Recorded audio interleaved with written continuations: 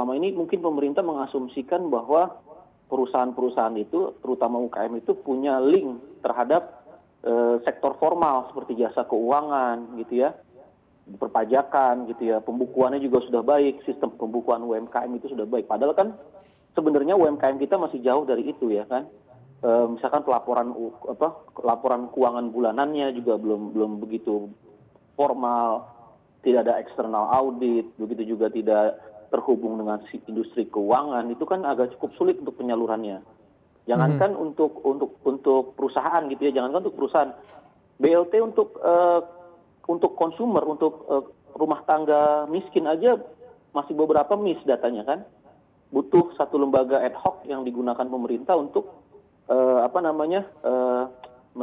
meneliti datanya tepat sasaran nggak BLT itu untuk rumah tangga. Nah untuk perusahaan kan apalagi dengan kondisi yang cepat seperti ini kan juga pasti kendalanya adalah di data. Jadi kemungkinan besar sih saran saya ya kalau misalkan memang nggak efektif untuk membantu dunia usaha, terutama UMKM, mungkin dananya bisa realokasikan untuk rumah tangga. Tadi ya mungkin cakupan tadi misalkan bantuan gaji 600.000 itu per bulan bisa diperbesar, nggak cuma 3 juta orang yang dapat, mungkin bisa di-cover lagi lebih besar. Karena di Indonesia ini kan masyarakat yang rentan jatuh lagi ke garis kemiskinan kan juga cukup besar ya. Nah itu juga mungkin cakupannya juga harus diperluas mungkin daripada program bantuan terhadap UMKM yang menurut saya agak kurang efektif ya.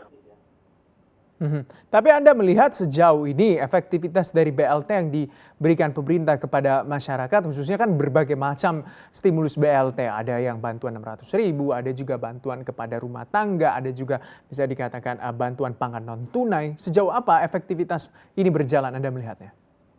Kalau saya lihat mungkin program yang paling efektif itu adalah program Keluarga Harapan ya untuk kelas bawah, untuk golongan miskin ya, itu cukup efektif. Datanya 5 tahun terakhir itu menunjukkan terjadinya percepatan pengurangan angka kemiskinan. Angka kemiskinan kita kan sebelum COVID sekitar 9%-an, turun cukup lumayan dari 11 sampai 10%. Nah itu cukup efektif. Tinggal itu kan datanya cukup itu kenapa bisa efektif karena datanya cukup komplit. Sedangkan untuk yang 600.000 ini aja datanya baru dikumpulkan, mungkin 2 bulan lalu baru dikumpulkan dari BPJS Ketenagakerjaan ke Kementerian Ketenagakerjaan gitu ya. Pasti nanti juga akan ada proses adjustment lanjut gitu. Jadi masalah data ini memang masalah klasik, karena kita kan sistem integrasi single ID kita aja belum terintegrasi antara sistem kependudukan kita.